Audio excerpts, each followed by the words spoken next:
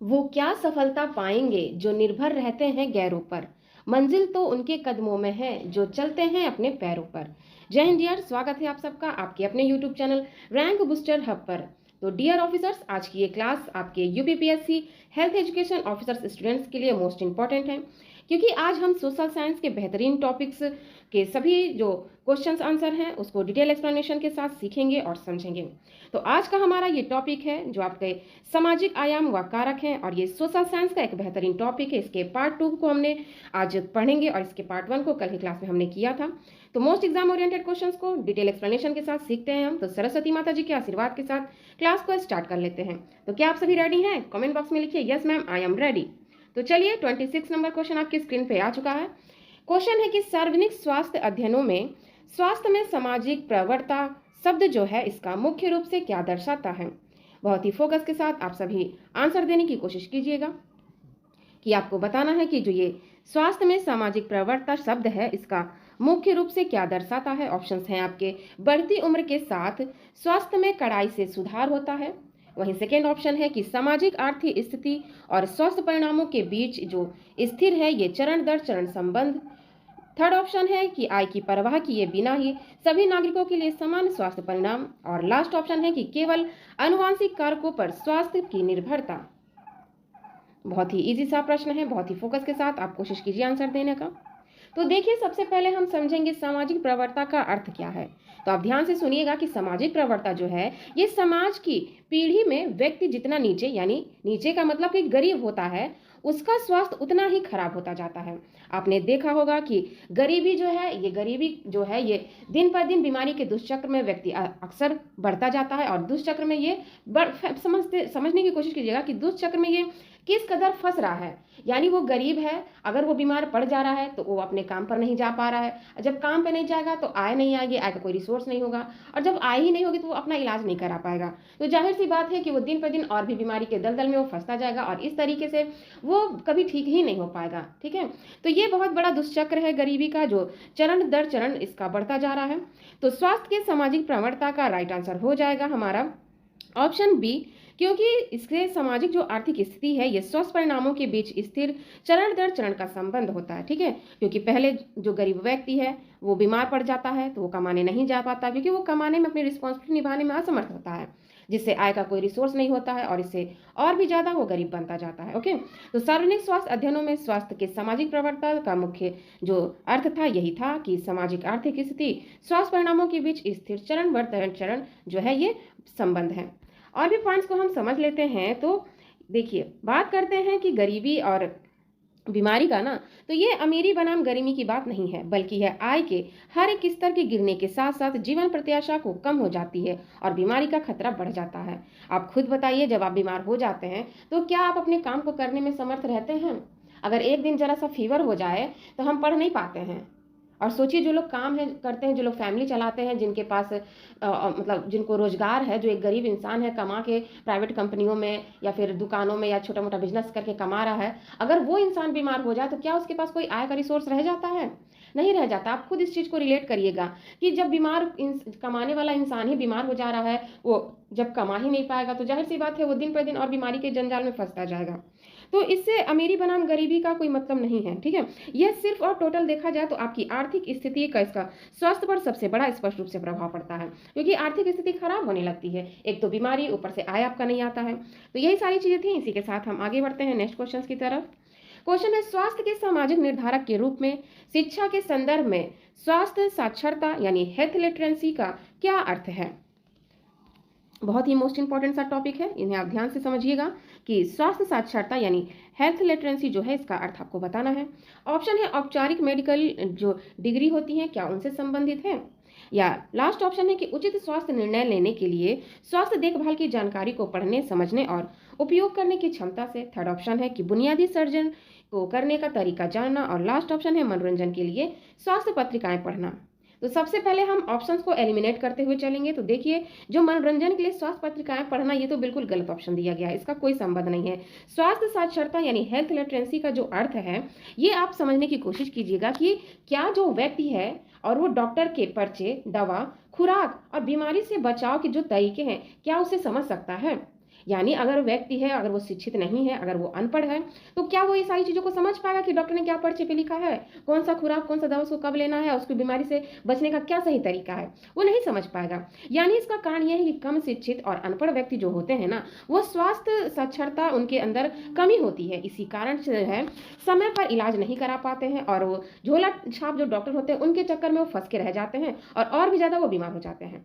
तो इस हिसाब से देखा जाए तो इसका ऑप्शन जो है हमारा बी बिल्कुल सही हो जाएगा। ठीक है, बी हमारा बिल्कुल सही है कि उचित स्वास्थ्य निर्णय लेने के लिए स्वास्थ्य देखभाल की जानकारी को पढ़ें, समझें और उसका उपयोग करने की क्षमता रखें।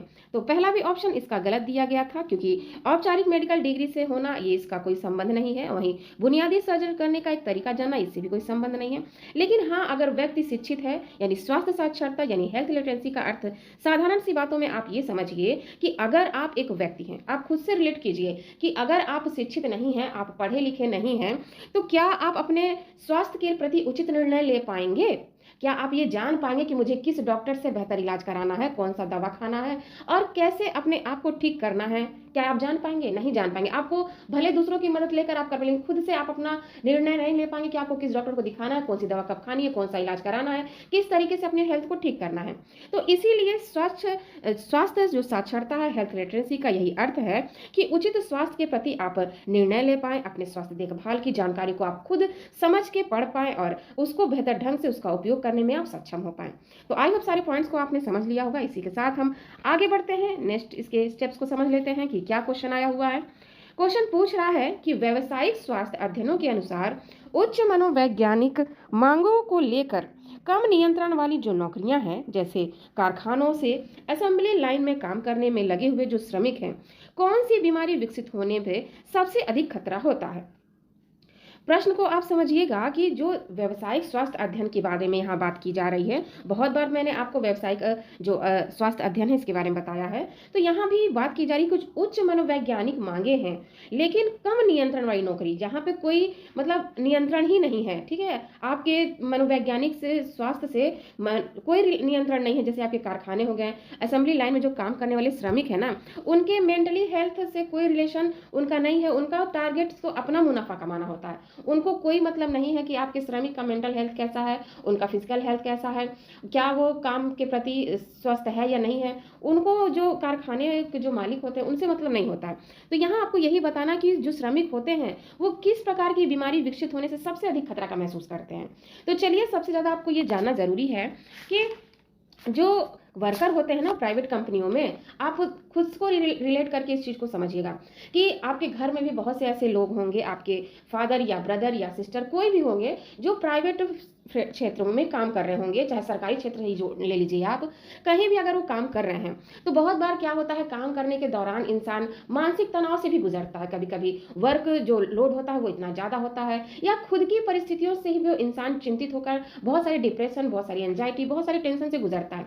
आप खुद भी उस चीज़ को रिलेट कर सकते हैं। इसमें बहुत सारे स्टूडेंट ऐसे हैं जो वर्किंग हैं और साथ साथ अपनी तैयारी भी कर रहे हैं हेल्थ एजुकेशन ऑफिसर्स की, तो आप खुद भी इस चीज़ को रिलेट कर सकते हैं कि कितना बर्डन रहता है जब वो इंसान काम करने जाता है, चाहे वो ऑफिस में जो हो या कारखाने में या किसी भी कंपनी में हो। बहुत सारी मेंटली डिसऑर्डर से वो गुजरता है, बहुत सारी एंजाइटी, बहुत सारी डिप्रेशन से गुजरता है, बहुत सारी तनाव से गुजरता है। तो उससे क्या है, वो जो श्रमिक है वो बीमारी के तरफ तो बढ़ रहा है ना, उसको क्या है, बहुत सारी खतरा होने लगता है। लेकिन इसका जो मालिक होते हैं, जो कर्मचारी पर ध्यान नहीं देते हैं, तो सबसे बड़ा खतरा यही होता है कि अगर काम करने वाला श्रमिक मानसिक रूप से तनाव में है तो उसको क्या होगा, बहुत सारी क्रॉनिक स्ट्रेस होने लगता है, बहुत सारे हृदय रोग जैसी समस्याएं होने लगती हैं। ठीक है, तो इस क्वेश्चन का भी राइट आंसर यही हो जाएगा कि हृदय रोग और पुराने तनाव यानी chronic state is the right answer. क्योंकि आप खुद भी इस चीज़ को रिलेट कर सकते हैं कि जब समस्याएं आती हैं व्यक्ति के जीवन में तो बहुत बार वो मेंटली अपने आप को संभाल नहीं पाता है और बहुत सारी बीमारियों का सामना उसे करना ही पड़ता है। तो ये थे सारे पॉइंट्स। इसी के साथ हम और भी इसके डिटेल एक्सप्लेनेशन को समझ लेते हैं कि व्यवसाय केवल शारीरिक चोट नहीं देता। यानी जब आप जहाँ जिस भी कंपनी में आप काम कर रहे हैं, अगर आप वहाँ किसी एक्सीडेंटली आपको कोई चोट लग गया हो या आप ऐसे ही नॉर्मली प्राकृतिक तौर पे ही आप बीमार हो गए हैं, तो सिर्फ व्यवसाय केवल उन्हीं चीज़ों पर ध्यान नहीं देता बल्कि मानसिक स्वास्थ्य भी तय करता है कि आपका स्वास्थ्य सही है या नहीं है। क्योंकि भाई आपको मेंटली और फिजिकली हर प्रकार से स्वस्थ होना चाहिए। देखिए, ऐसे मजदूर और कर्मचारी जिनके काम में दबाव बहुत ज़्यादा होता है, यानी मेंटली प्रेशर बहुत ज़्यादा होता है, लेकिन काम करने के तरीके पर उनका कोई नियंत्रण नहीं होता है, वो गंभीर तनाव का सामना करते हैं। ठीक है, और इस तरीके से लगातार वो तनाव के कारण अपने शरीर में कार्टिसोल नामक हार्मोन बढ़ जाता है, जिससे सीधे तौर पर ब्लड प्रेशर, हार्ट अटैक जैसे बीमारियां उनके अंदर होने लगती हैं। तो इस बात को आप याद रखिएगा। आई होप सारे पॉइंट्स को आपने समझ लिया होगा। आगे हम बढ़ते हैं नेक्स्ट क्वेश्चन की तरफ। क्वेश्चन कह रहा है कि जब लिंग यानी सेक्स एक जैविक कारक है और जेंडर को स्वास्थ्य का एक महत्वपूर्ण सामाजिक निर्धारक माना जाता है, ऐसा क्यों है? क्यों है कि सेक्स को एक जैविक कारक और जेंडर को स्वास्थ्य का एक महत्वपूर्ण सामाजिक निर्धारक माना जाता है, आपको बताना है। तो देखिए, सेक्स जो है ये प्राकृतिक और जैविक है, यानी ये फीमेल और मेल के बॉडी पर ये हिसाब से आप उसको लिंग का निर्धारण करते हैं। लेकिन जेंडर जो है ये समाज द्वारा बनाया गया एक व्यवहार होता है कि कैसे जो मेल है, कैसे जो फीमेल है, वो कैसा उनका व्यवहार है, इस हिसाब से जेंडर का निर्धारण किया जाता है। ठीक है, तो इस क्वेश्चन का राइट आंसर हो जाएगा हमारा ऑप्शन जो है, ये राइट आंसर है option A is the correct. क्योंकि देखिए, समाज में जो महिला है, जो पुरुष है, इनके जो जेंडर का परिवर्तन, असमानता देखी जाती है, क्योंकि सामाजिक रूप से ये निर्मित भूमिकाएं व्यवहार और असमान शक्ति गतिशीलता से संदर्भित करती हैं। किसी व्यक्ति के स्वास्थ्य देखभाल तक पहुंच को ये प्रभावित भी करती हैं। क्योंकि कल की क्लास में भी मैंने ये बताया था कि अगर महिला है, अगर जो पितृसत्तात्मक समाज के लोग हैं, वो क्या है, लड़कियों के स्वास्थ्य पर उतना ध्यान नहीं देते हैं, ना ही उनको बेहतर पोषण देते हैं। अगर वही लड़का अगर बीमार पड़ जा रहा है तो उसे बेहतर चिकित्सीय सुविधा उपलब्ध कराएंगे, अच्छा से अच्छा भोजन देते हैं। लेकिन अगर एक लड़की है, अगर वो बीमार पड़ गई है, अगर उसको छोटा मोटा कोई बीमारी हो गया है, तो लोग अनदेखा करते हैं और भोजन भी सही से उनको उपलब्ध नहीं होता है। लास्ट में बचा खुचा जो खाना रहता है वही खाती हैं। और पोषण संबंधी अगर उनको सही स्वास्थ्य सुविधाएं अगर नहीं मिलती हैं, तो महिलाएं क्या है, एनीमिया से शिकार हो जाती हैं। बहुत सारे उनको कुपोषण जैसी भी समस्याएं होने लगती हैं, यानी वो बीमारी के दलदल में दिन प्रतिदिन बढ़ता ही उनका जाता है। तो यही सारी चीजें देखा जाता है जो समाज में असमानता के रूप में देखा जाता है। तो आगे हम और भी पॉइंट्स को समझ लेते हैं कि सेक्स जो है प्राकृतिक और जैविक रूप है, वहीं जेंडर समाज द्वारा बनाया गया है। तो महिलाओं को घर तक सीमित रखना, कम भोजन देना, उनके स्वास्थ्य पर पैसे खर्च ना करना, ये जेंडर आधारित भेदभाव है। कल के भी क्लास में मैंने ये पॉइंट आपको बताया था, जो उनके स्वास्थ्य को जैविक रूप से नहीं बल्कि सामाजिक रूप से नष्ट करता है। और ये हमारे समाज की एक बहुत बड़ी विडंबना आज भी लगभग देखी जाती है। आगे हम बढ़ते हैं। इसी के साथ नेक्स्ट क्वेश्चन आपकी स्क्रीन पे आ चुका है कि हाशिए की जातियों को अक्सर स्वास्थ्य देखभाल सेटिंग में संस्थागत भेदभाव का सामना करना पड़ता है। ये विशिष्ट शब्द किसे संदर्भित करता है? नहीं, संस्थागत जो भेदभाव है, इसके बारे में आपको बताना है ये किस चीज को संदर्भित करता है। बहुत ही इंपॉर्टेंट सा पॉइंट है संस्थागत भेदभाव। चलिए बताइए आप लोग। देखिए, बात करें संस्थागत भेदभाव की ना, तो इसको आप खुद से भी रिलेट करके समझिएगा कि जब अस्पतालों में जो स्टाफ हैं, जो डॉक्टर हैं, उनके द्वारा दलित व्यक्ति जो है और आदिवासी और अनपढ़ मरीज जो है, जब ये जाते हैं अपना इलाज कराने के लिए ना, तो बहुत से आप देखे होंगे कि सरकारी अस्पताल हो गए चाहे प्राइवेट अस्पताल हो गए, वहाँ के कुछ डॉक्टर और नर्स जो होते हैं उनसे बहुत रूखा व्यवहार करते हैं। ठीक है, और वो क्या करते हैं, उन्हें छूने से भी बचते हैं, उनका इलाज करने से भी बचते हैं और जानबूझकर उनका इलाज नहीं करना चाहते हैं। तो इस तरीके के संस्थागत भेदभाव बहुत सारे हॉस्पिटल में, बहुत सारे क्लिनिक में, बहुत सारे स्वास्थ्य केंद्रों पर भी देखा जाता है। ठीक है, तो इन सारी जो संस्थागत भेदभाव है, इसका राइट आंसर हो जाएगा हमारा, बहुत ही बेहतरीन ये प्रश्न है, आप सभी के लिए जानना। राइट आंसर है हमारा ऑप्शन बी, क्योंकि स्वास्थ्य सुविधाओं के भीतर जो नीतियां हैं, जो प्रथाएं हैं और जो प्रणालीगत पूर्वाग्रह जो विशिष्ट समूहों के लिए असमान और अपमानजनक देखभाल की ओर ले जाता है। क्योंकि जब ये जो गरीब हैं, जो अनपढ़ हैं, जो दलित और आदिवासी लोग हैं, अगर ये बीमार पड़ जाते हैं ना, तो ये बहुत बार ये सोच के इलाज नहीं कराते हैं कि हम जाएंगे तो हमारा डॉक्टर सही से इलाज नहीं करेगा, हमें भेदभाव के नज़रिए से देखेगा, और मतलब यही सारी चीज़ें इनके साथ होती हैं। ये अनुभव ये लोग कर चुके रहते हैं, इसी डर से वो सही जगह अपना इलाज कराने नहीं जा पाते हैं, जिसके कारण क्या होता है, बहुत सारी मृत्यु होने का खतरा लगातार बढ़ता जाता है और बीमारियों का खतरा भी बढ़ता जाता है। तो बहुत सारी जगहों पर ये सारी भेदभाव देखने को मिलती हैं। आपने खुद भी अपने रियल लाइफ में सारी चीज़ों को एक्सपीरियंस किया होगा बहुत बार। आइए हम जान लेते हैं कुछ और भी पॉइंट्स को। तो जातिगत भेदभाव केवल गांव के कुएं तक ही सीमित नहीं रहता है। ये बड़े बड़े जो हॉस्पिटल होते हैं ना, जो बड़ी बड़ी बिल्डिंगों में बड़े बड़े डॉक्टर्स जो होते हैं और जो बड़े बड़े नर्स होते हैं, ये लोग भी करते हैं। ये आधुनिक अस्पतालों में भी देखा जाता है। ये मत सोचिए कि सिर्फ गाँव में ही ये सारी भेदभाव हो रही है, जातिगत भेदभाव। अस्पतालों और जो संस्थाएं हैं, जितने भी क्लिनिक हैं, वहाँ भी ये सारी भेदभाव देखने को मिलती हैं। ठीक है, संस्थागत भेदभाव तब होता है जब अस्पताल का स्टाफ, नर्स, डॉक्टर दलित आदिवासी मरीजों के साथ रूखा व्यवहार करता है, छूने से बचता है और इलाज जानबूझकर करने में देरी करता है। इसी अपमान को अनुभव करने के कारण समुदाय अस्पताल जाने से कतराते हैं, जिनकी मृत्यु दर जो है वो बढ़ती जाती है। तो सारे पॉइंट्स को मैंने बता दिया है। आप बहुत फोकस के साथ क्लास को अटेंड किया करिए। नेक्स्ट क्वेश्चन है, तेजी से अनियोजित शहरीकरण एक गतिहीन जीवन शैली, उच्च तनाव और प्रसंस्कृत खाद्य पदार्थ की सेवन की ओर ले जाता है। रहने की दिशाओं में यह परिवर्तन शहरों में किन बीमारियों की बढ़ती महामारी का प्राथमिक सामाजिक कारण है? सबसे पहले आप प्रश्न को समझिएगा तोड़ तोड़ के, क्योंकि ये बहुत बड़ा प्रश्न है, तो इनको आप कीवर्ड के थ्रू समझ सकते हैं। ठीक है, तो देखिए, तेजी से अनियोजित शहरीकरण, ठीक है, अनियोजित शहरीकरण का एक गतिहीन जीवन शैली, आप समझिएगा गतिहीन जीवन शैली की बात कर रहा है, और उच्च तनाव, प्रसंस्कृत खाद्य पदार्थ यानी प्रोसेसिंग फूड के सेवन की ओर ले जाता है, और रहने की दशाएं, यह परिवर्तन शहरों की किन बीमारी की बढ़ती महामारी और प्राथमिक सामाजिक कारण है, आपको ये जानना है। तो देखिए, शहरीकरण की अगर बात करें हम, तो शहरों में भी ये देखा जाता है, जो स्लम एरिया है, जहाँ पे लोग गरीबी के कारण वहाँ पे लोग झुग्गी झोपड़ी बनाकर एक ही आसपास लोग रहते हैं। ठीक है, तो जब एक ही जगह लोग रहेंगे, एक ही कमरे में लगभग 7 से 8 लोग रहेंगे, तो क्या होगा, वहाँ पे जाहिर सी बात है बहुत सारी बीमारियों का सामना करना पड़ेगा। और जब सही उनको खान पान नहीं मिलेगा, सही उनको चिकित्सीय सुविधा नहीं मिलेगी, तो वो क्या होंगे, बीमार ही पड़ेंगे और महामारी ही फैलाएंगे। तो प्राथमिक सामाजिक कारण यही हो जाता है कि अगर शहरी नियोजन, शहरीकरण जो गतिहीन जीवन शैली है, उसके कारण, उच्च तनाव के कारण ही लोगों में मधुमेह जैसे बहुत सारी समस्याएं होनी है, उच्च रक्तचाप जैसी गैर संचारी बीमारियां भी होने लगती हैं। ओके, तो बी हमारा बिल्कुल ही राइट आंसर हो जाएगा। आगे और भी पॉइंट्स को हम समझ लेते हैं। तो नगरीय जीवन जो है, यानी अर्बन लिविंग कंडीशन, ये शारीरिक श्रम को लगभग खत्म कर दिया है। अब डेस्क जॉब, जंक फूड और प्रदूषण के कारण शहरी आबादी तेजी से मोटापे का शिकार हो रहा है। इसके परिणाम स्वरूप शहरों में गैर संचारी रोग जो है, जैसे मधुमेह, हृदय रोग, स्ट्रोक, अब एक बड़ी महामारी के रूप में ले चुका है। सारे पॉइंट्स को आप समझ लिए। आगे बढ़ते हैं हम इसी के साथ नेक्स्ट क्वेश्चन की तरफ। क्वेश्चन है, खराब वेंटिलेशन वाली ग्रामीण रसोई में पारंपरिक बायोमास ईंधन यानी लकड़ी, गाय का गोबर का निरंतर उपयोग महिलाओं के बीच किस विशिष्ट स्वास्थ्य समस्या के लिए एक प्रमुख सामाजिक निर्धारक है?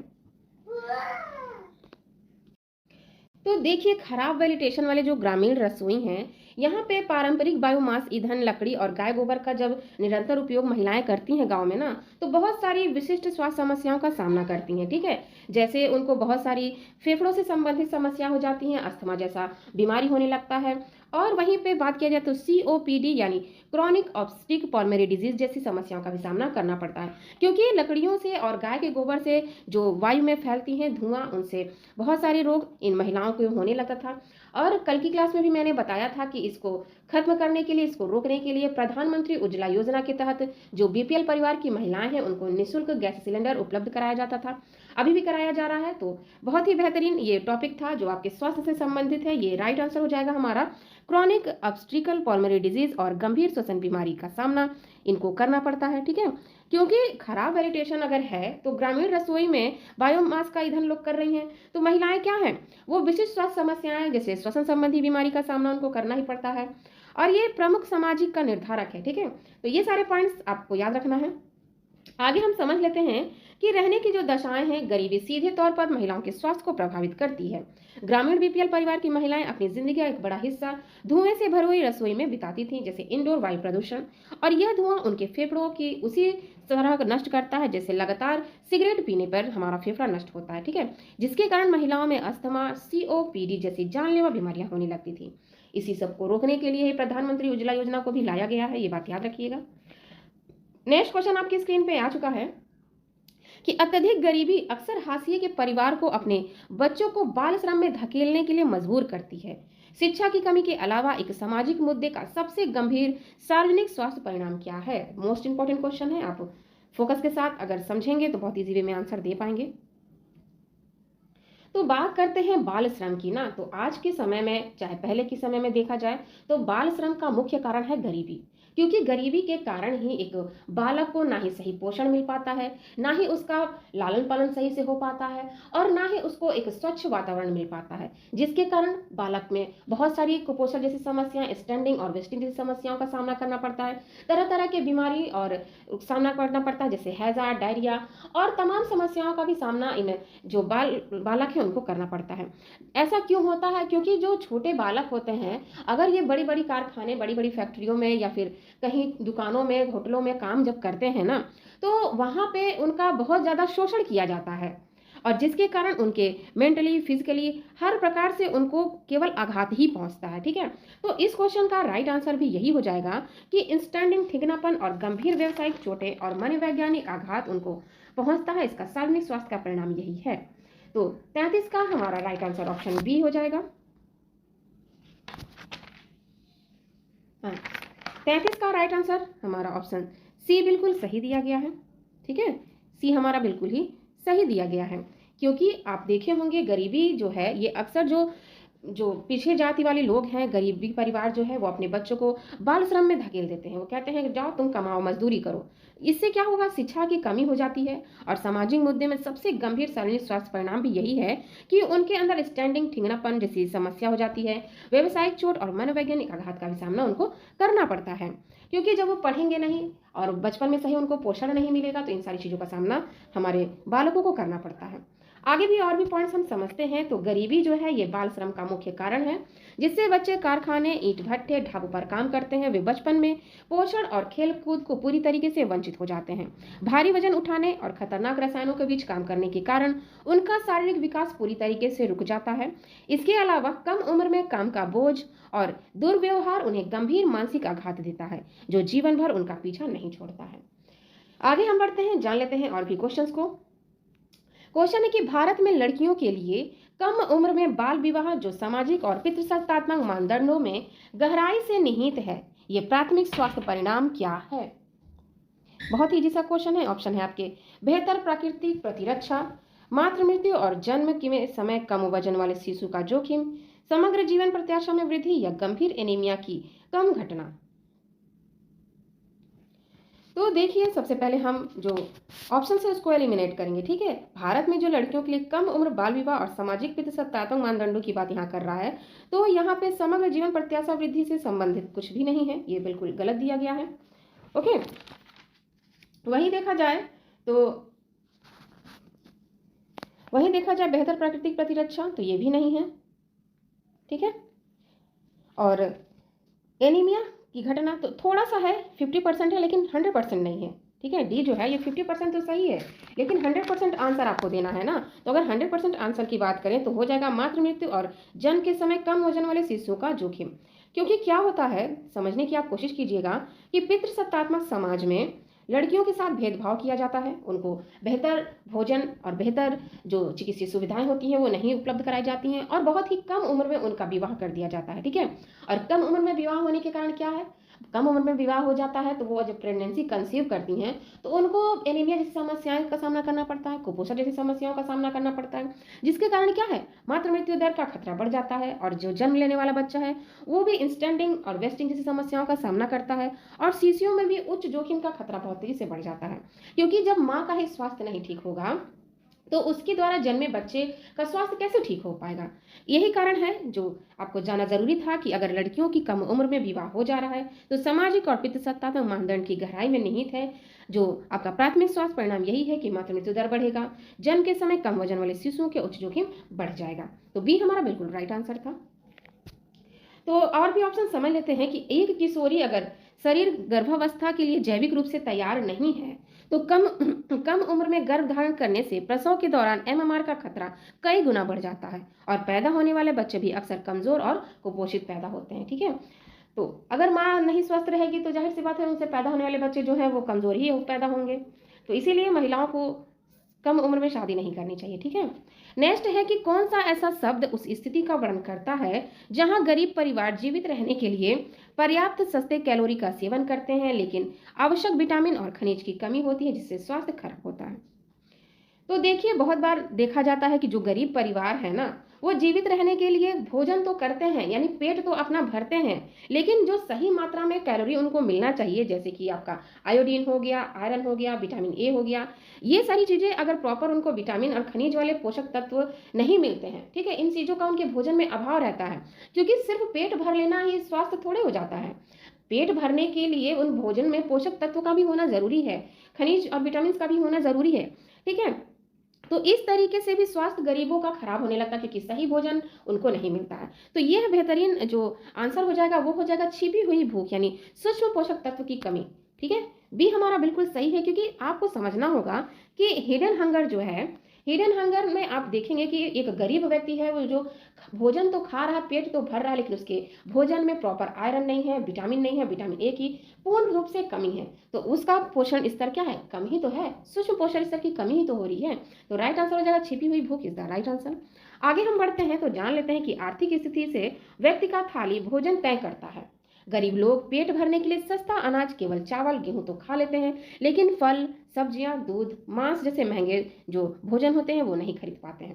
पेट भरा होने के कारण वो भूखे नहीं दिखते हैं, लेकिन उनके शरीर में आयरन, आयोडीन और विटामिन ए की भारी कमी होती है। इसे ही हिडन हंगर कहा जाता है, जो शारीरिक और मानसिक विकास को रोक देता है।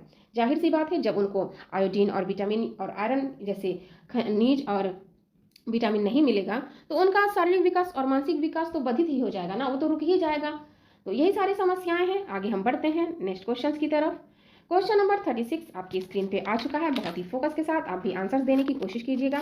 आप लोग आंसर कमेंट बॉक्स में दिया करिए, बिल्कुल भी आप डरा मत करिए कि ये कैसा क्वेश्चन है, मुझसे नहीं हो पाएगा या मुझे नहीं हो पाएगा। आप इतने दिनों से, इतने महीनों से पढ़ रहे हैं, आपने बहुत कुछ सीख लिया है, बहुत कुछ जान लिया है। अभी तो ये बेसिक लेवल के क्वेश्चन है, इसके आगे धीरे धीरे हम एडवांस लेवल के क्वेश्चन भी आप सभी को कराएंगे, ठीक है।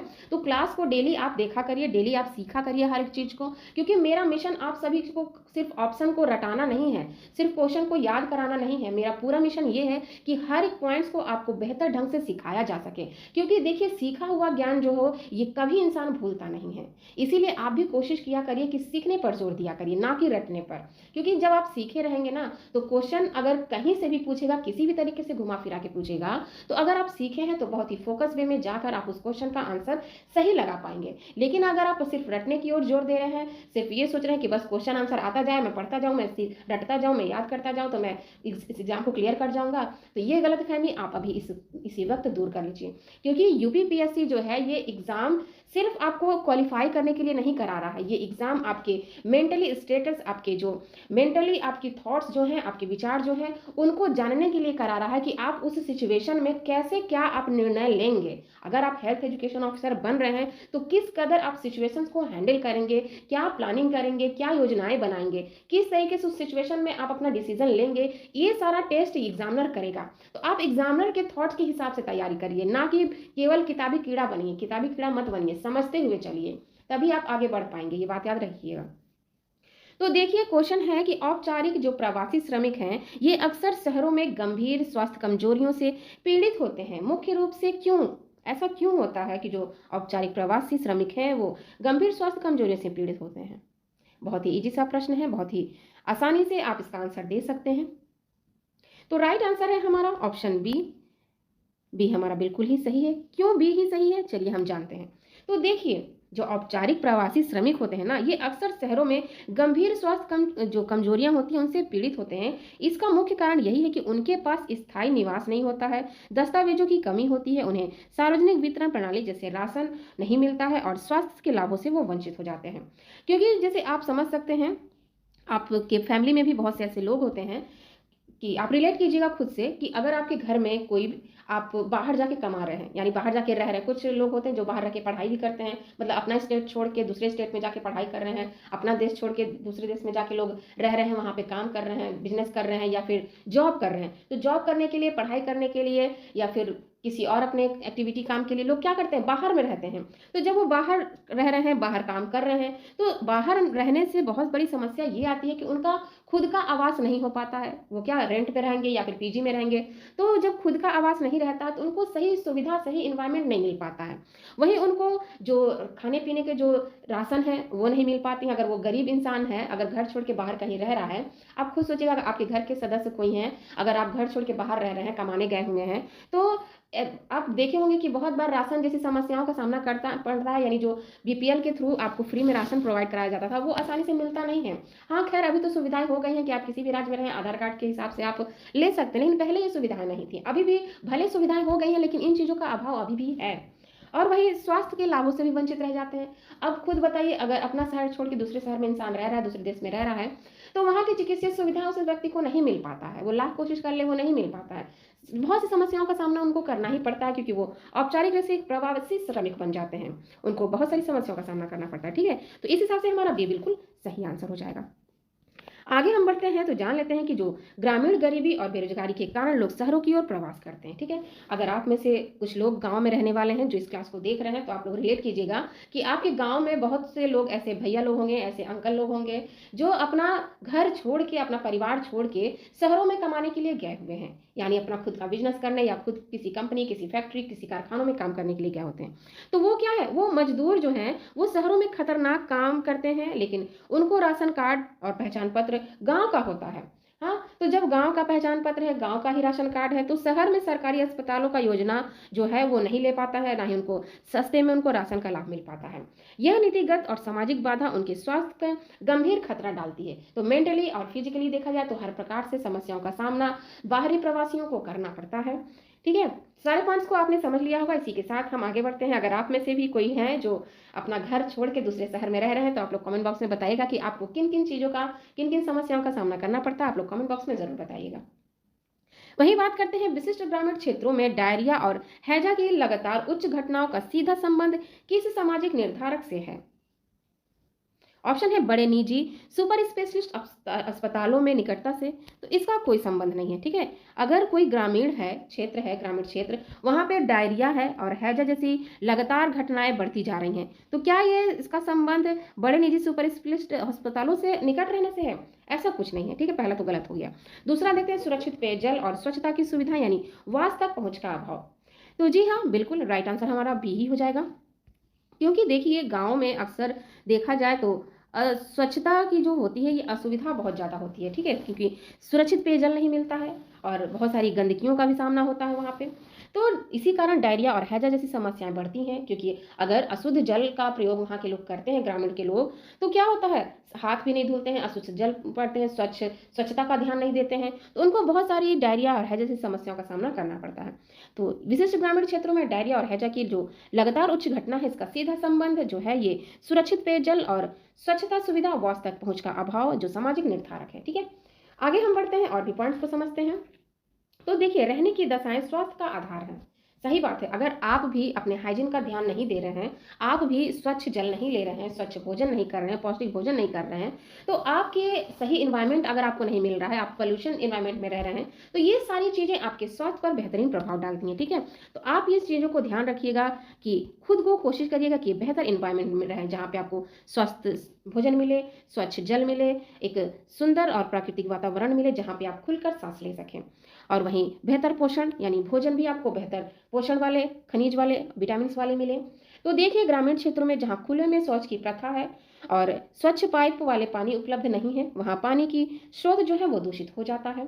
इसी दूषित जल जनित के कारण डायरिया हैजा लगातार फैलता है, जो बाल मृत्यु यानी IMR का सबसे बड़ा कारण है। और इसी कारण से 1000 लगभग, ध्यान दीजिएगा, लगभग 1000 से जो बच्चे हैं ये अपने फर्स्ट बर्थडे से पहले ही इनकी डेथ हो जाती है। ठीक है, तो इसी को ही हम लोग IMR भी कहते हैं। जो 1000 से बच्चे हैं ये लगभग अपने प्रथम जन्म दिवस मनाने से पहले ही इनकी मृत्यु हो जाती है।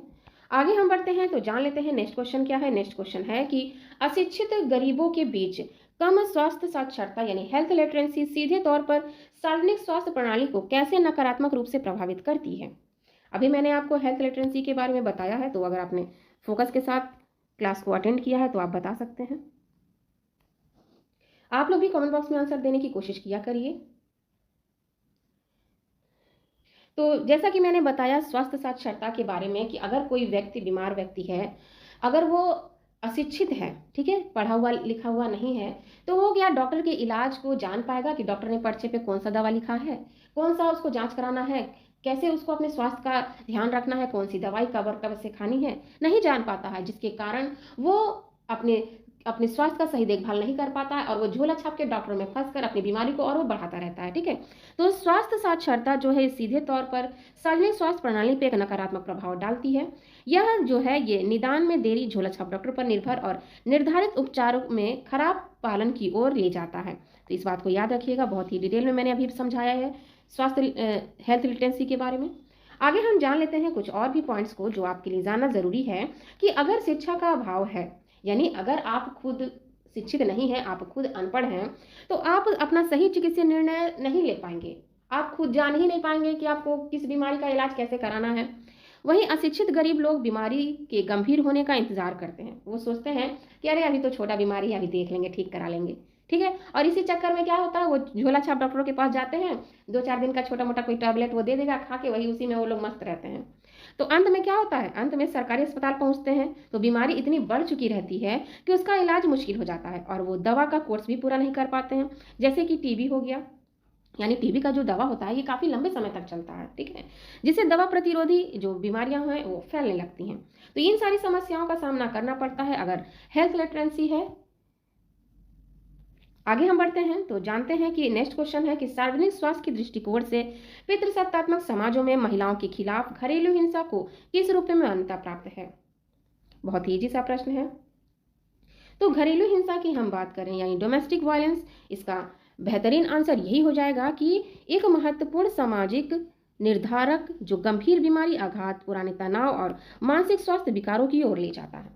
क्योंकि घरेलू हिंसा जो है ये सिर्फ एक महिला को शारीरिक रूप से ही नहीं, पूरी तरीके से मानसिक और शारीरिक रूप से भी आघात पहुंचाता है। क्योंकि घरेलू हिंसा में पतियों के द्वारा, चाहे सास ससुर के द्वारा, चाहे परिवार के द्वारा जो भी अत्याचार उन पर किया जाता है, उनका असर सिर्फ उनके फिजिकल हेल्थ पर नहीं पड़ता है, बहुत ज़्यादा प्रभाव उनके मेंटल हेल्थ पर भी पड़ता है। ठीक है, वो इतनी ज़्यादा तनाव, इतनी ज़्यादा डिप्रेशन का शिकार हो जाती हैं कि वो अपने स्वास्थ्य का बिल्कुल भी ध्यान नहीं रख पाती हैं। तो बहुत बड़ी समस्या हमारे समाज में है कि महिलाओं के जो खिलाफ घरेलू हिंसा हो रहा है ये उनके शारीरिक आघात पहुंचाता है, उनके पुराने तनाव यानी मानसिक स्वास्थ्य विकारों की ओर लेकर जाता है।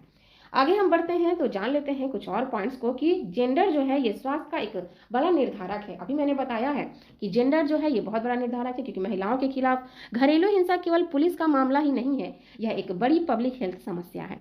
हिंसा न केवल शारीरिक चोट लगती है बल्कि लगातार डर के माहौल में रहने के कारण महिलाओं में अवसाद, एंजाइटी और आत्महत्या जैसी प्रवृत्ति का सामना करना पड़ता है।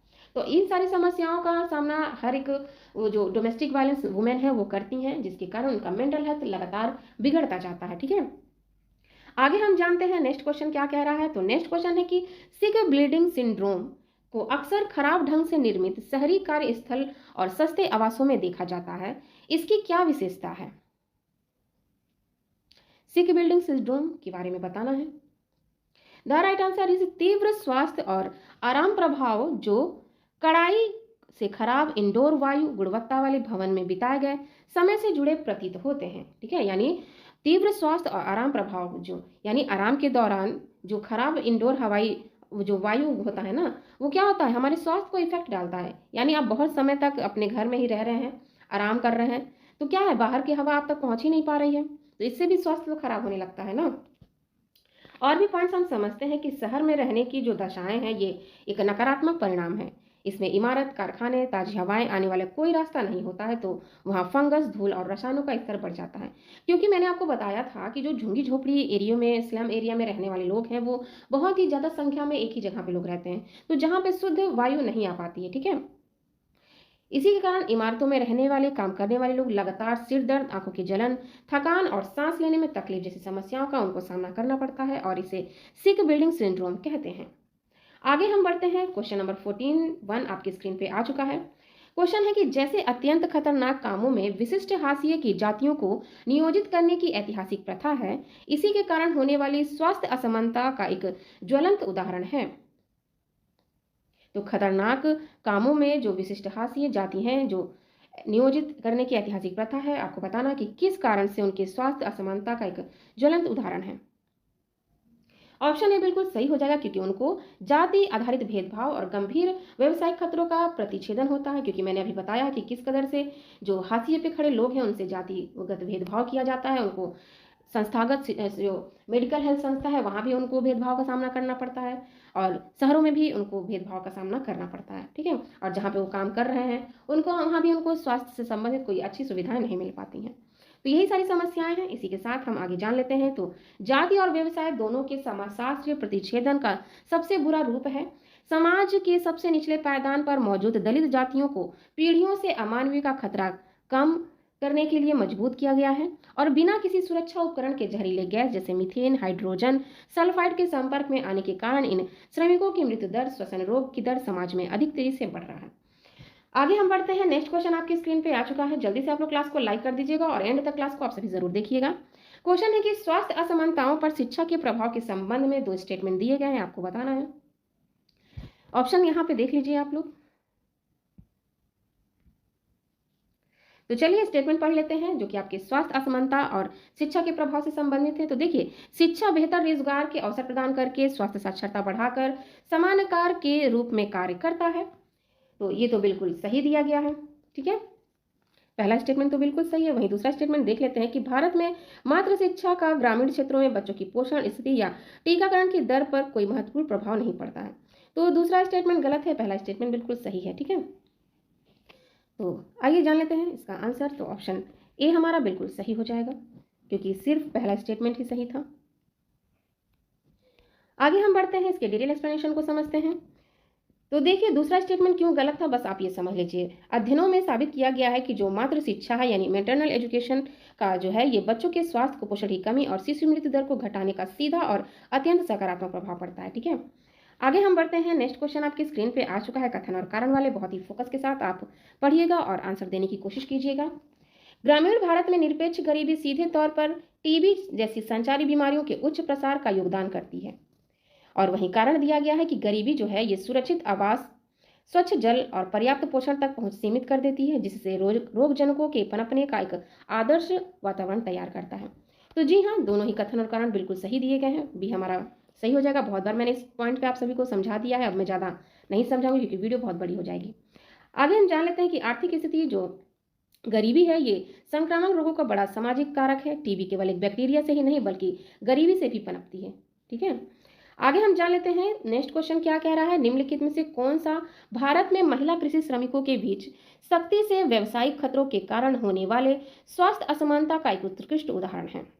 ध्यान दीजिएगा, जो श्रमिक हैं व्यावसायिक खतरों के कारण उनको कौन सी स्वास्थ्य असमानता का उदाहरण है, आपको बताना है।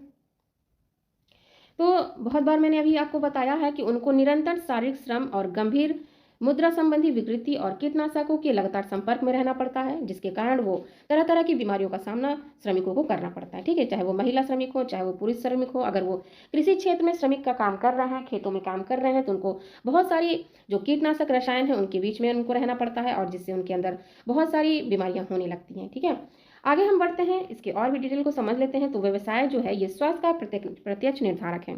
असंगठित कृषि क्षेत्र में काम करने वाली महिलाओं हो चाहे पुरुष हो, उनको घंटों तक झुककर फसल काटनी या रोपनी करनी पड़ती है। इसके परिणाम स्वरूप उन्हें रीढ़ की हड्डी, जोड़ों में गंभीर बीमारियां होती हैं। साथ ही बिना मास्क के खेतों में काम करने से कीटनाशक सीधे संपर्क में आते हैं, जो कैंसर और श्वसन रोग का कारण बनते हैं।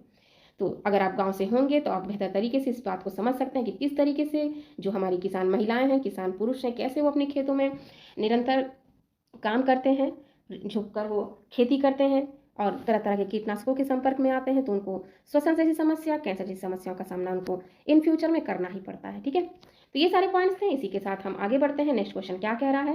क्वेश्चन है कि पितृसत्तात्मक समाजों में बेटे की चाहत की अवधारणा मुख्य रूप से किसके कारण देश की जनसंख्या और स्वास्थ्य प्रोफाइल को प्रभावित करता है।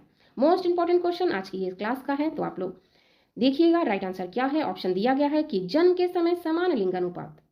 तो जन्म के समय अगर समान लिंगानुपात है तो बेटे की चाहत से इसका कोई संबंध है ही नहीं, ये तो इसका विपरीत ऑप्शन दे दिया है। वहीं देखें विशुद्ध रूप से अनुवांशिकी के कारण उच्च महिला जीवन प्रत्याशा, तो ये भी बिल्कुल गलत दे दिया गया है। ठीक है, क्योंकि यहाँ पे पितृसत्तात्मक समाज में बेटे की चाहत की अवधारणा को बताना है आपको, वहीं नेक्स्ट है कि जन्म के समय विषम लिंगानुपात और बालिकाओं की गंभीर पोषण संबंधी उपेक्षा। तो जी हाँ, बिल्कुल राइट आंसर हमारा यही हो जाएगा, क्योंकि इस तरीके की असमानता ही ज़्यादा देखी जाती है। तो पितृसत्तात्मक समाजों में बेटी की चाहत की अवधारणा मुख्य रूप से जो जन्म के समय विषम लिंगानुपात और बालिकाओं की गंभीर पोषण संबंधी उपेक्षा के कारण देश की जनसंख्या की और स्वास्थ्य प्रोफाइल को प्रभावित करता है, क्योंकि भेदभाव किया जाता है कि लोग चाहते हैं कि बस बेटा ही हो ताकि वो उनके वंश को बढ़ा सके, उनके परिवार की देखभाल कर सके, उनके आय को एक बेहतर इनकम रिसोर्स उनका बन सके। इसीलिए लोग बेटे की चाहत ज़्यादा रखते हैं और बेटियों को ध्यान नहीं देते हैं, ना ही उनके स्वास्थ्य पर ध्यान देंगे, ना ही उनके शिक्षा पर ध्यान देंगे, जिसके कारण बहुत सारी पोषण संबंधी समस्याएं बालिकाओं के अंदर होने लगती हैं। तो ये सारी समस्याएं हैं, आपको समझना होगा, क्योंकि आप हेल्थ एजुकेशन ऑफिसर बन रहे हैं, तो ये सारी पॉइंट्स को जानना और सीखना आपके लिए ज़रूरी है। तो जेंडर स्वास्थ्य असमानता का एक प्रमुख कारण है बेटी की चाहत के कारण भारत में कन्या भ्रूण हत्याएं बहुत ही तेजी से हो रही हैं, जिससे लिंगानुपात भी बिगड़ रहा है। जो लड़कियां जन्म ले लेती हैं उन्हें लड़कों की तुलना में कम और खराब गुणवत्ता वाला भोजन दिया जाता है। इसे सामाजिक भेदभाव के कारण बालिकाओं में स्टंडिंग यानी ठिगनापन और एनीमिया जैसी बहुत से अधिक समस्याओं का सामना करना पड़ता है।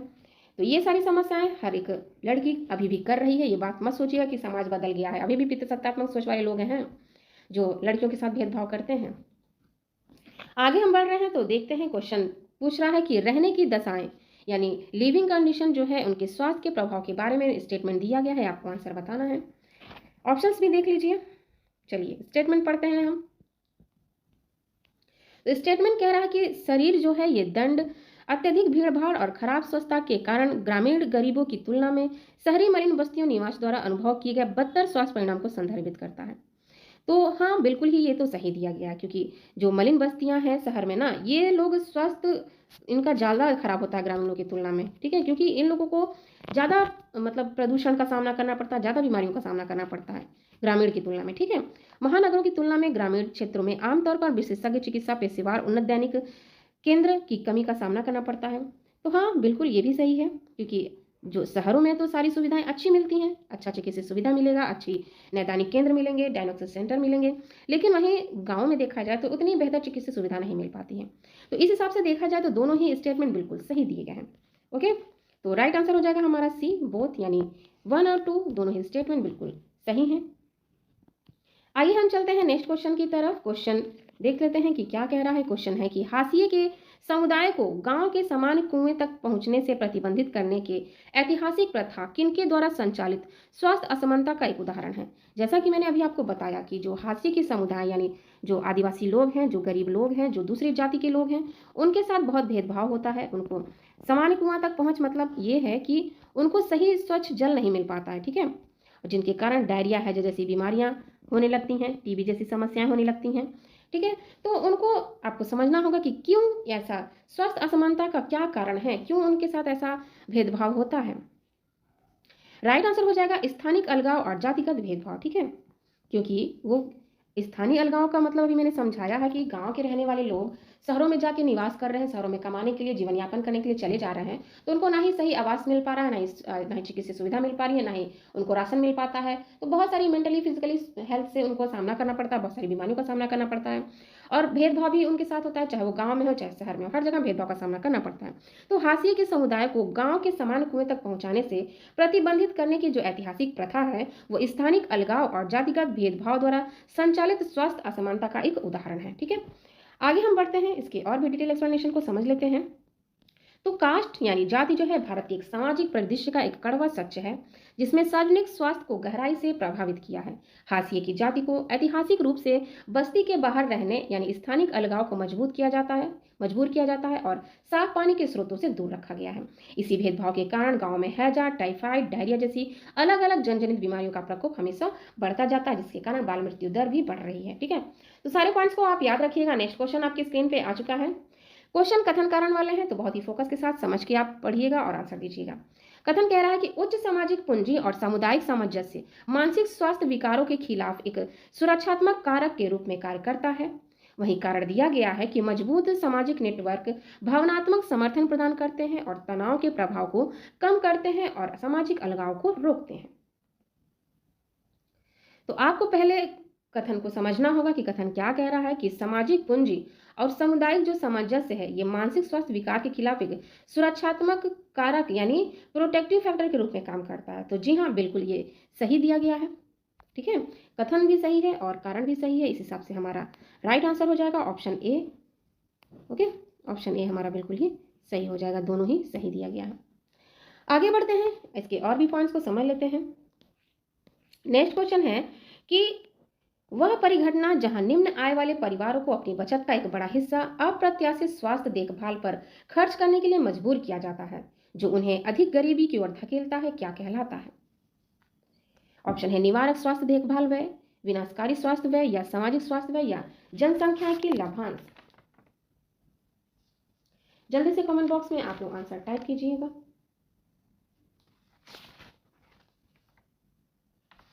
तो राइट आंसर हो जाएगा हमारा ऑप्शन बी, विनाशकारी स्वास्थ्य व्यय, बिल्कुल ही सही है। ठीक है, क्योंकि देखिए जो निम्न आय वाले परिवार होते हैं ना, ये अपनी बचत का बड़ा हिस्सा जो है ये अप्रत्याशित स्वास्थ्य देखभाल खर्च में ही गंवा देते हैं, क्योंकि उनको तुरंत इलाज के लिए पैसा पे करना पड़ता है। उनको ना ही कोई स्वास्थ्य बीमा मिलती है, ना ही सरकारी कोई योजनाओं का लाभ उनको मिलता है। ठीक है, जिसके कारण क्या है, वो और अधिक गरीबी की ओर धकेले जाते हैं। तो विनाशकारी स्वास्थ्य व्यय यह कहलाती है, ये राइट आंसर हो जाएगा। इसी के साथ आगे भी जान लेते हैं हम। तो आर्थिक स्थिति जो है ये स्वास्थ्य का निर्धारण करती है और स्वास्थ्य आपस में आर्थिक स्थिति को तय करता है। जब गरीब व्यक्ति कैंसर या बड़े ऑपरेशन जैसी बीमारी के लेकर अपनी जेब से यानी आउट ऑफ पॉकेट भारी पैसे खर्च करना पड़ता है, तो इसे विनाशकारी व्यय कहा जाता है। इस व्यय के कारण गरीब लोग अपनी जमीन बेच देते हैं, कर्ज में डूब जाते हैं। आपने बहुत बार देखा होगा कि अगर गरीब परिवार के लोगों में कोई सदस्य बीमार पड़ गया है तो उसको बचाने के लोग क्या करेंगे, जो भी छोटा मोटा खेती रहता है, जो भी थोड़ा बहुत जमीन रहता है, वो लोग बेच देते हैं ताकि किसी तरीके से वो ठीक हो पाए। तो जब वो अपनी धन दौलत को बेच देंगे, जो भी छोटा मोटा थोड़ा बहुत है, तो वो क्या होगा, गरीब ही तो होंगे। तो स्वास्थ्य का आर्थिक स्थिति से बहुत बड़ा निर्धारण है, ये बात याद रखिएगा। आगे हम बढ़ते हैं, क्वेश्चन नंबर 50 आपकी स्क्रीन पे आ चुका है। क्वेश्चन है कि स्वास्थ्य के सामाजिक निर्धारक का संबंध आपको कथन दिया गया है, आपको बताना है। तो स्टेटमेंट वाले हैं, बहुत ही फोकस के साथ ऑप्शंस देख लीजिए आप लोग। तो देखिए आपको समझना होगा कि जो स्वास्थ्य के सामाजिक निर्धारक हैं वे गैर चिकित्सीय कारक जो स्वास्थ्य परिणाम को प्रभावित करते हैं, जैसे आय, शिक्षा और सामाजिक समावेशन। तो बिल्कुल ये तो बिल्कुल सही दिया गया है। ठीक है, पहला स्टेटमेंट हमारा बिल्कुल ही सही है। दूसरा स्टेटमेंट देख लेते हैं कि विश्व स्वास्थ्य संगठन के अनुसार चिकित्सीय देखभाल, अस्पताल व दवाओं एकमात्र ऐसा निर्धारक है जो समाज में स्वास्थ्य असमानता को पूरी तरीके से मिटा सकता है। तो चिकित्सीय देखभाल सामाजिक स्वास्थ्य असमानता को पूरी तरीके से मिटा सकता है, इस बात की कोई गारंटी नहीं है। ठीक है, पूरी तरीके से नहीं मिटा सकता, हाँ थोड़ा बहुत मिटा सकता है, लेकिन पूरी तरीके से जो शब्द दे दिया है ना, इसके कारण ये स्टेटमेंट गलत हो गया है। तो राइट आंसर हमारा हो जाएगा केवल पहला ही स्टेटमेंट बिल्कुल हमारा सही है। और भी पॉइंट्स को समझ लेते हैं कि क्यों दूसरा स्टेटमेंट गलत था, ताकि आपको कोई भी डाउट ना रह जाए। तो देखिए WHO जो है ये स्पष्ट करता है कि स्वास्थ्य परिणाम में अस्पताल दवाओं की भूमिका केवल 10 से 20% होती है। बाकी का जो 80% है ये स्वास्थ्य हमारे पर्यावरण, शिक्षा और आय तय करती है। केवल अस्पताल बनाने से अस्पताल खत्म नहीं हो सकता, ये बात याद रखिएगा। मतलब केवल अगर बड़ी बड़ी अस्पतालें बना दी जा रही हैं, आधुनिक चिकित्सा सुविधाएं प्रदान कर दी जा रही हैं, तो क्या स्वास्थ्य से संबंधित जो असमानता है वो खत्म हो जाएंगी? नहीं होंगी। उसके लिए पर्यावरण होना चाहिए बेहतर, शिक्षा बेहतर होनी चाहिए, आय बेहतर होनी चाहिए। ठीक है, क्योंकि इन तीनों का संबंध हमारे स्वास्थ्य से है। तो ये थे सारे 50 क्वेश्चन जो आपको समझना जरूरी था, जो आपके सामाजिक विज्ञान विषय ज्ञान से संबंधित टॉपिक है, आपका सामाजिक आयाम और उसके कारक। तो सभी क्वेश्चंस को बहुत ही डिटेल में मैंने समझा दिया है, सिखा दिया है। बस आपका काम है सभी क्लासेस का रिवीजन करना। जी हाँ, जितना ज़्यादा आप रिवीजन करेंगे उतने ही ज़्यादा आप फायदे में रहेंगे, उतने ही ज़्यादा आप एवरेज से एक टॉपर स्टूडेंट की लिस्ट में आ पाएंगे। तो रिवीजन आपके लिए मस्ट है, इस बात को याद रखिएगा। क्लास थोड़ी लंबी हो चुकी है, इससे आपको घबराने की, डरने की जरूरत नहीं है। आप क्लास का प्रॉपर रिवीजन करिए, अच्छे से समझिए, अच्छे से सीखिए, और इस वीडियो को रिपीट मोड में ऑन करके आप 2-3 बार देख लेंगे, सुन लेंगे ना बहुत ही फोकस के साथ, तो आपको कोई भी नोट्स बनाने की जरूरत नहीं पड़ेगी, ना ही आपको कोई PDF लेने की जरूरत पड़ेगी, ना ही आपको किसी बुक से पढ़ने की जरूरत पड़ेगी। बस आप क्लास को 2 से 3 बार बस पूरे फोकस के साथ, पूरे शांत मन के साथ ध्यान से सुन लीजिए और देख लीजिए। आपको हर एक चीज, हर एक कॉन्सेप्ट इसी क्लास में क्लियर हो जाएगा, सब कुछ याद भी हो जाएगा। ठीक है, तो अब बात करते हैं आपके आज का क्लास आप सभी को कैसा लगा, कमेंट बॉक्स में जरूर बताइएगा। और कल की क्लास में बहुत सारे लोगों ने कमेंट किया था और कमेंट में सभी लोगों ने आंसर्स भी दिया था। तो जिन लोगों ने में आंसर दिया है उन लोगों को बहुत सारी ढेर सारी शुभकामनाएं। सत्यकमल जी का कमेंट में बहुत सारे आंसर आए हुए थे, और सत्यकमल जी अगर आप क्लास को देख रहे हैं तो आपको ढेर सारी शुभकामनाएं। आपने सभी क्वेश्चंस का आंसर बिल्कुल सही दिया हुआ था। इसी तरीके से अपनी तैयारी में आप सभी लगे रहिए और आपकी मेहनत एक दिन ज़रूर रंग लाएगी। और वहीं धीरज सिंह जी ने कमेंट किया था कि अब बहुत अच्छा क्वेश्चन ला रही हैं मैडम। तो धीरज सिंह जी ध्यान से सुन लीजिए, ये क्लास ना अगर आप जुड़े रहेंगे तो देखिएगा आपको हर एक तरह का क्वेश्चन इस क्लास में देखने को मिलेगा, चाहे वो बेसिक लेवल का हो चाहे एडवांस लेवल का हो, यानी यूपीपीएससी के लेवल के स्टैंडर्ड के हिसाब से हम क्वेश्चन आप सभी के लिए करा रहे हैं। तो बिल्कुल पूरे तसल्ली के साथ, पूरे धैर्य के साथ आप डेली 8 बजे रात को मेरे साथ क्लास में आप सभी जुड़ जाया करिए। तो जल्दी से आप लोग क्लास को लाइक कर दीजिए, अपने ग्रुप में से शेयर कर दीजिए। और आप लोग की संख्या घटनी नहीं चाहिए, अब आप लोग की संख्या बढ़नी चाहिए। इसी विश्वास के साथ मैं आगे बढ़ूंगी और नेक्स्ट क्लास आप सभी के लिए आएगा जो बेहतरीन प्रश्नों के साथ होगा। तो इसी तरह अपना प्यार और सपोर्ट बनाए रखिए। इतना प्यार और सपोर्ट देने के लिए आपको दिल से मेरे और मेरी पूरी टीम की ओर से धन्यवाद। मिलते हैं नेक्स्ट पावरफुल वीडियो के साथ, तब तक के लिए खुश रहिए, खुशियां बांटते रहिए। Thanks for watching.